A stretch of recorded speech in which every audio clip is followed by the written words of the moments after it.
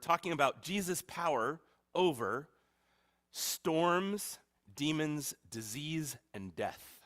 These are all in a section here, and every time I've preached through this, I preached through this in Matthew and in Mark, and now I'm in Luke, and every time I've wanted to find a fourth word that begins with a D to be able to have alliteration of things Jesus has power over. Do you notice that? So I've tried storms, I've tried nature, and neither of those start with a D. So I think I found one, that Jesus has power over the deep. And I'll show you that in finding that, I think I found something important about this story that I'd never noticed because I was looking for a word that started with a D. It ended up having a deeper theological meaning than I thought it was. So in each of these stories, what we're going to hear is the problem, and then we're going to hear Jesus do a miracle, and then we're going to see the people respond to it, and that happens 4 times in a row, showing us that Jesus has power over nature and supernatural things. That's what these things show. So to begin with, the first problem is a storm. One day, Jesus said to his disciples, "Let's go over to the other side of the lake." So they got into a boat, and they set out, and they sailed, and he fell asleep. And a squall came down on the lake so that the boat was being swamped, and they were in great danger. And the disciples went and woke him, saying, "Master, Master, we're going to drown." He got up and rebuked the wind and the raging waters, and the storm subsided, and all was calm. "Where is your faith?" he asked the disciples. In fear and amazement, they asked one another, "Who is this? He commands even the winds and the water, and they obey him."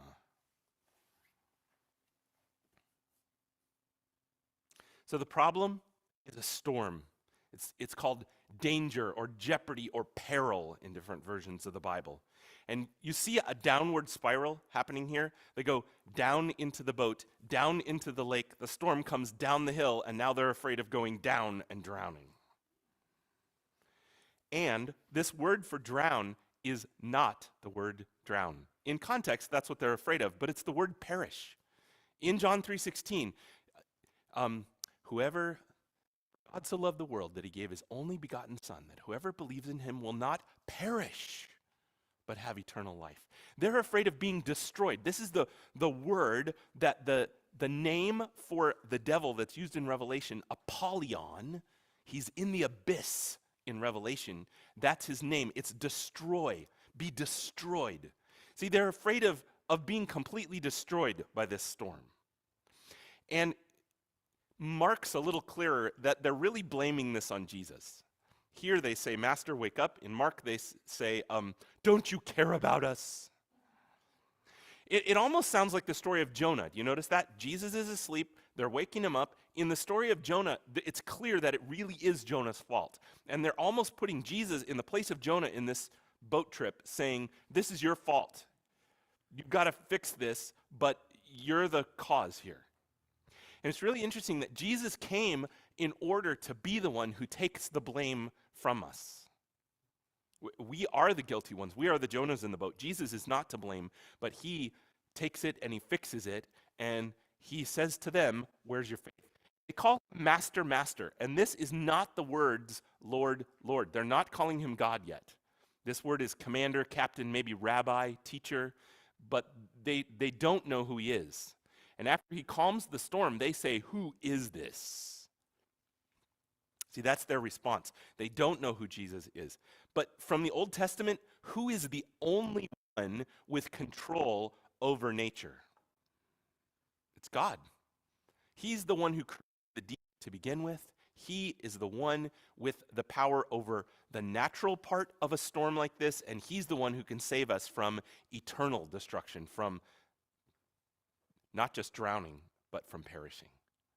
And they're seeing that, but they don't get it yet all the way.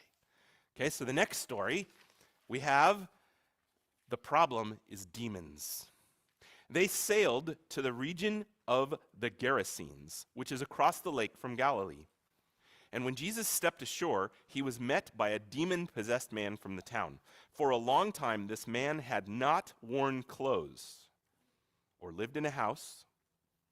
He had lived in the tombs.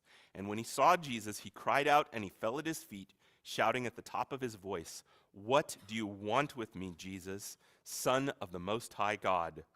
I beg you, don't torture me." For Jesus had commanded the evil spirit to come out of the man.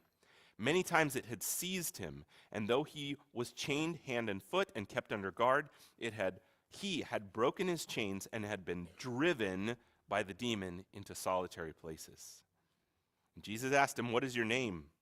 "Legion," he replied, because many demons had gone into him.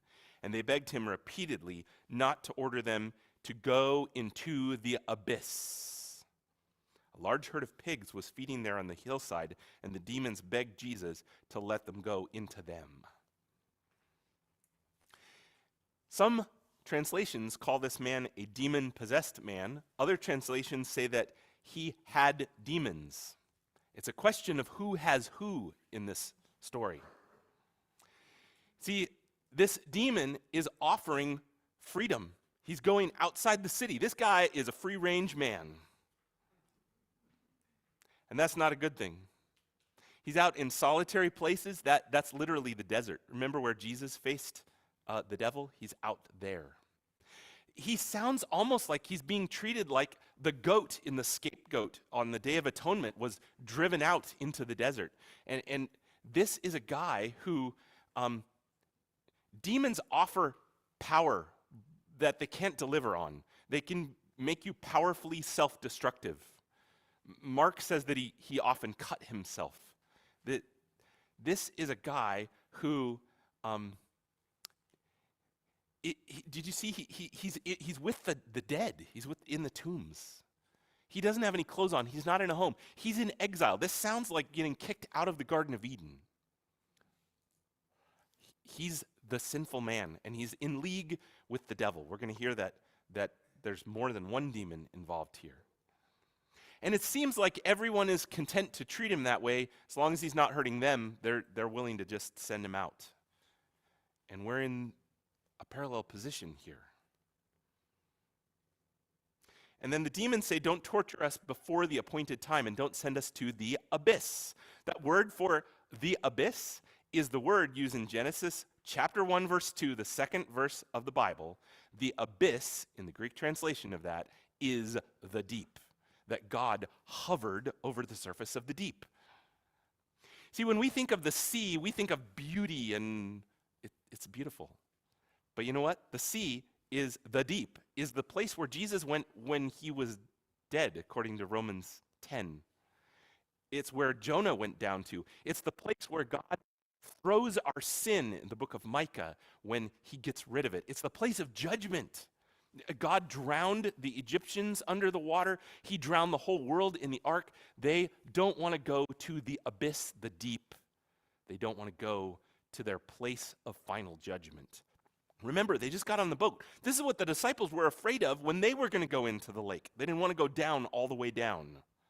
And you can see that same downward movement here. And they're in the region of the Gerasenes. Some translations say Gadarene. Both of them are cities in the Decapolis, which are the 10 Gentile cities out east. This is a Gentile area. This is an unclean area. The word for evil spirit is actually unclean spirit. And they're in this area that's so unclean, they're even raising pigs. And these pigs are not like the friendly ones you see at the fair. These are like free-range pigs. These are more like wild boars with pig herders. What do you call someone who... A cowboy, pig boy, shepherd, pig herd. I don't know what they're called. They're swineherd. There you go. They're swineherds. But they're probably a little bit scared of these pigs, even the guys who are taking care of them. This is not a friendly situation. And the demons say, "Don't send us to the abyss. Let us go into the pigs." And we're going to see what Jesus does with that request. It's a legion. In fact, one of the commentators pointed this out. A legion is like 5,000 Roman soldiers. And it's possible that this is multiple demons, but they're kind of bragging about the size and control that they have here. You know what? At the beginning of this chapter, Mary Magdalene is introduced as having 7 demons in her. And Jesus is going to talk about a parable about someone who has one demon leave them. It can be worse for them if they don't have God's Spirit. More demons will come back. If we're not replacing in our lives God's Spirit in place of evil spirits, getting one out of your life will just make room for 7 more. And that's happened to this man. All right? So, here comes the miracle. The demons begged Jesus to let them go into the pigs, and he gave them permission. And the demons came out of the man, went into the pigs, and the herd rushed down the steep bank into the lake, and were drowned.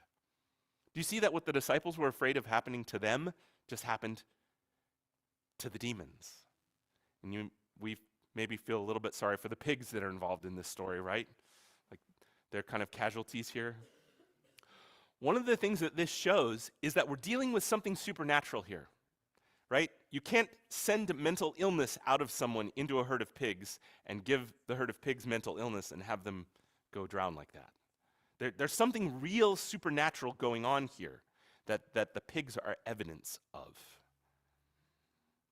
See, there's both a physical world and a spiritual world. Jesus has total control over nature, and now we see that Jesus has total control over supernature, over supernatural things too. And in Jesus, he's offering a solution to your natural and supernatural sin problem. Sin affects us both, naturally and supernaturally. And in Jesus, your sin is forgiven. It's cleansed. Your life has not crossed a line that God can't fix in this life. Your sin is forgiven by Jesus. It can be fixed here. You can be freed here. But Jesus is also offering you a solution that saves you from perishing. It saves you from going to the abyss. It saves you from eternal punishment, supernatural punishment also. In Jesus, your sin is forgiven in both of these ways. And then the response this time, when those tending the pigs saw what had happened, they ran off and reported this in the town and the countryside, and the people went out to see what had happened. When they came to Jesus, they found the man from whom the demons had gone out, sitting at Jesus' feet, dressed and in his right mind. And they were afraid. Those who had seen it told the people how the demon-possessed man had been cured, and then all the people of the region of the Gerasenes asked Jesus to leave them because they were overcome with fear. So he got into the boat and he left. And the man from whom the demons had gone out begged to go with him. But Jesus sent him away, saying, "Return home and tell how much God has done for you." So the man went away and told all over town how much Jesus had done for him. See, the people's responses vary here. We've got this being afraid, overcome by fear, like the disciples were when Jesus calmed the storm. Do you also see that the man himself is calm? He's like the waters of the storm. He's been given peace. He's there. He's in his right mind. He's at peace now. He had been demon-possessed. This time the word is demonized. The demon has gone from him. This demon was bothering him, and now it's not. And he's begging to go with Jesus, just like the demons begged not to be sent into the abyss. He wants to follow Jesus, and Jesus says, "Go home." Mark clarifies, "Go home to your family." See, he's been separated from his family, and he's not only been fixed within himself, but he's being invited to be fixed and go back to his family, his town. He's invited back into the community.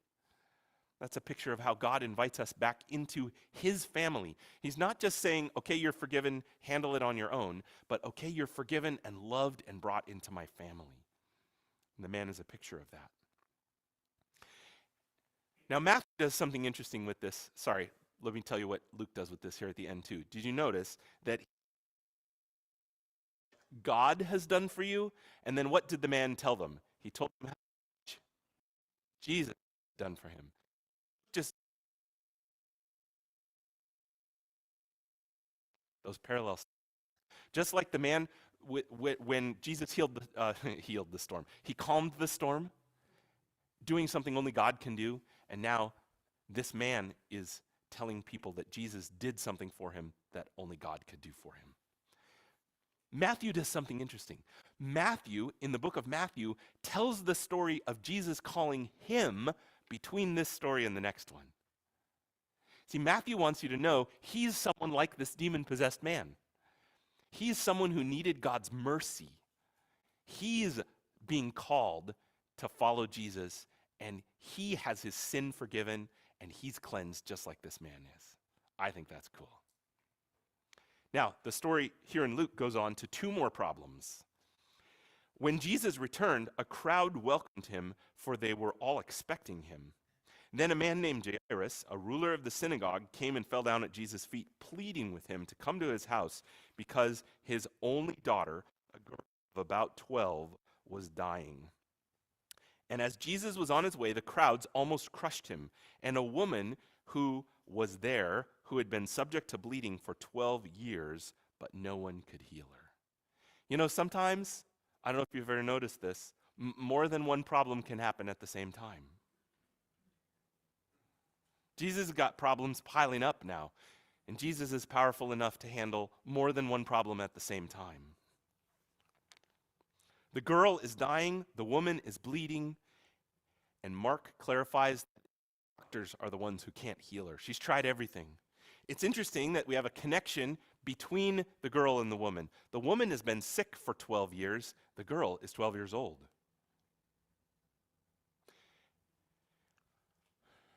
You see this pleading again.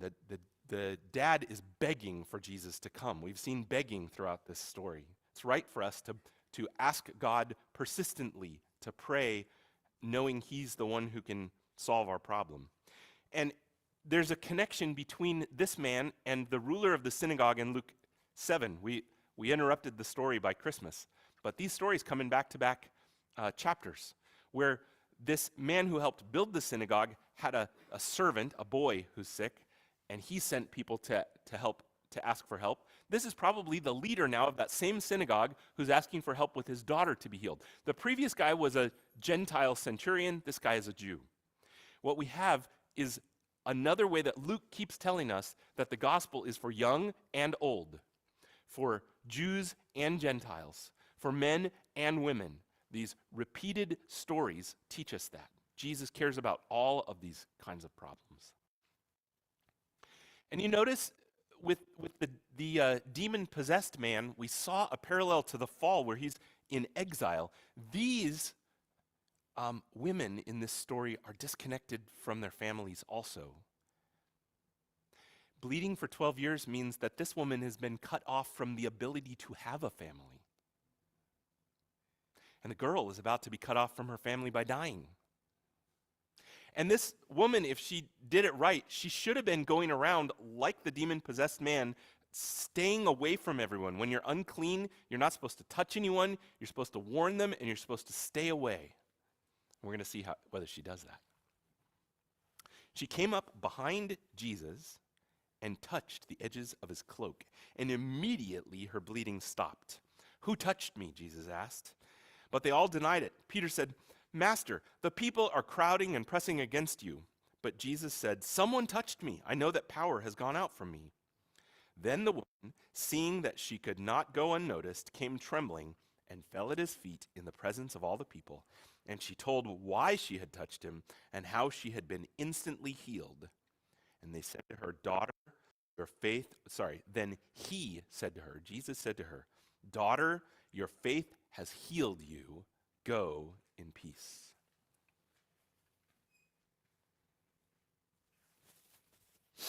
The miracle happens here when she touches Jesus.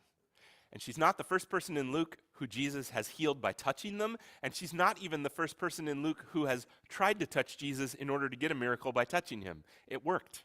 He has this power.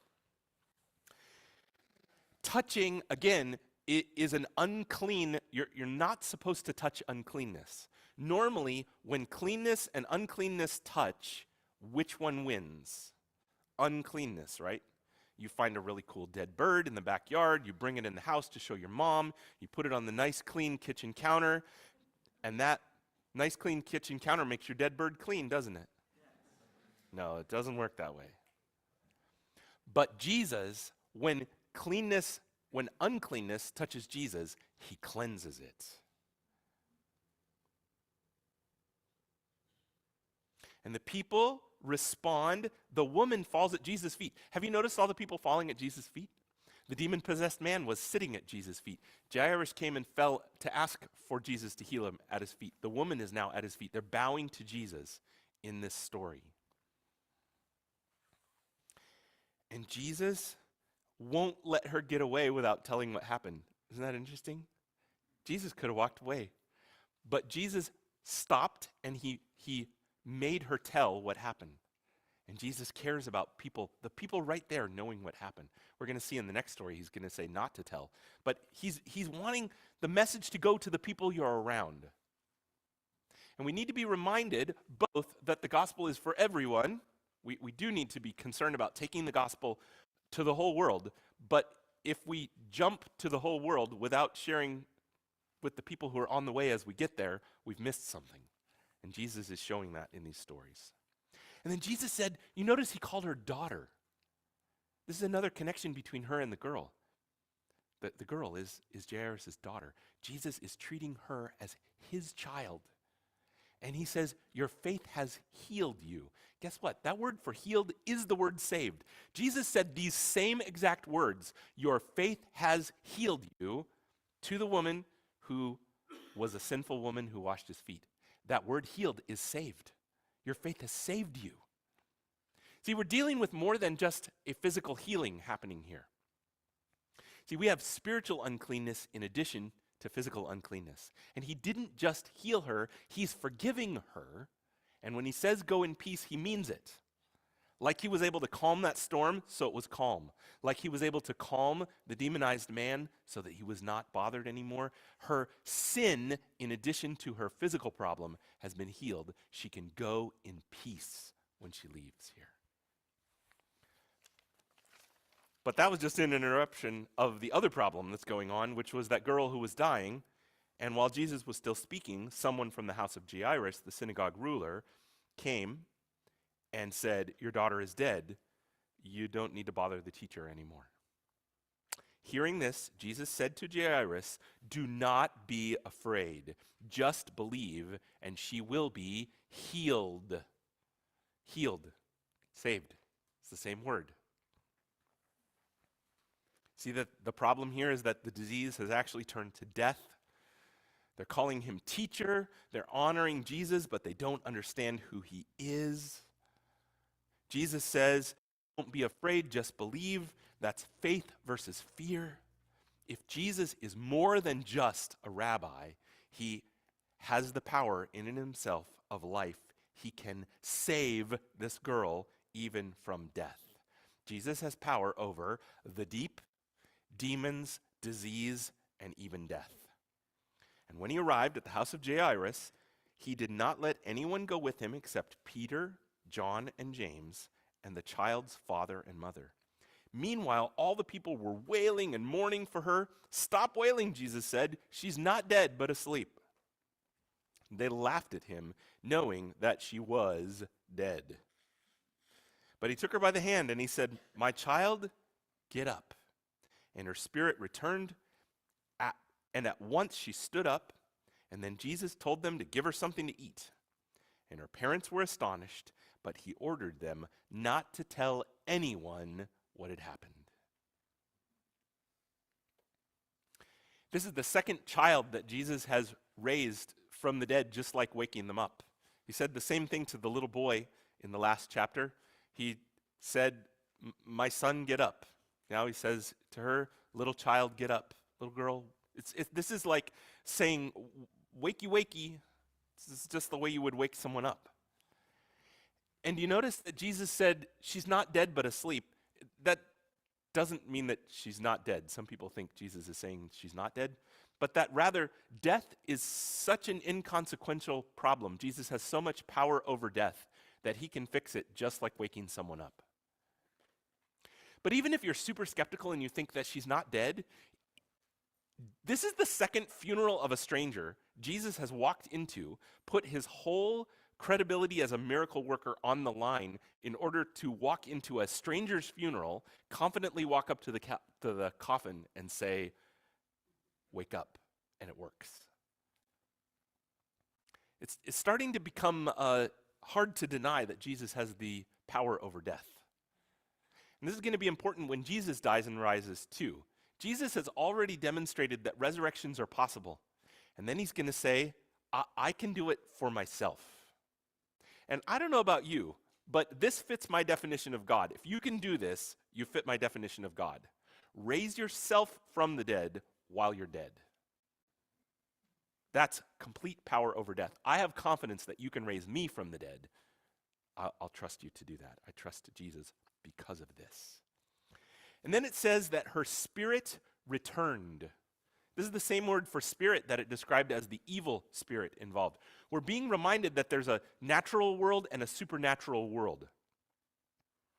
Jesus brings her spirit back to her and gives her life again. And this sounds like when Elijah raised the little boy and it said that his soul or life returned to him. Jesus has power physically over death. And then it's interesting that Jesus only let a couple of his disciples come with him in this. He's about to take these same three guys up a hill and show them who he is at the Mount of Transfiguration. Jesus is starting small to show a small group who he is so that they'll be able to tell the groups. And then you notice he says, give her something to eat. Isn't that a great part of the story? She's going to need breakfast. She's been dead for a while. When Jesus came back from the dead, he eats with them too. This shows that you're all the way better. Even at the hospital, they want to make sure you eat after you've recovered. He's showing she's all the way better. But you know what else eating shows? Eating shows that you're back together in the family. Do you remember that that's the problem? The man is kicked out of the city. The woman is supposed to be distant. She doesn't have a family. She's separate. And this girl has been cut off from her family, and now she's back. And Jesus forgives our sin. He cleanses our sin, but he also brings us into his family and to his table. And again, this is another way in where Jesus isn't just saying, okay, I've fixed your problems, but stay back. He's saying, I've fixed your problems, come in, wash your hands, have a seat at the table. You're a member of my family. And that's being pictured with this girl here too. In Jesus, your sin is forgiven. You're invited. You're loved. You're a member of his family, invited to eat with him, to eat him at his table and live. See, these stories show that Jesus has authority over the deep, demons, disease, and death. The deep, the abyss, destruction. In Jesus, you will not perish. You will not be destroyed for your sins. He has authority over demons. This is a word used of false gods in the Old Testament. They're also called unclean spirits. In Jesus, you're rescued from exile, uncleanness, and self-destruction. You're rescued from the power of the evil one. Disease. The diseases here were bleeding and dying. Aren't those phrases in We Three Kings? He's bleeding, dying, da, da. I'll have to look that up. Sorry. Jesus participated in dying for us. He took our diseases. And in Jesus, you're saved from being untouchable, unclean, and from suffering alone. You're saved from that. And then in Jesus, you're saved from death, which Jesus just calls sleep, even though your spirit is gone. In Jesus, you're no longer cut off from life, and you're no longer cut off from being a member of the family, and you're no longer cut off from his table. In the beginning, they were cut off from the tree of life, not able to eat food that led to eternal life. And Jesus said his body is food that leads to eternal life. Jesus offers his whole life for us. And in Jesus, you are not only forgiven, but you're given life and invited to maintain your life at Jesus' table.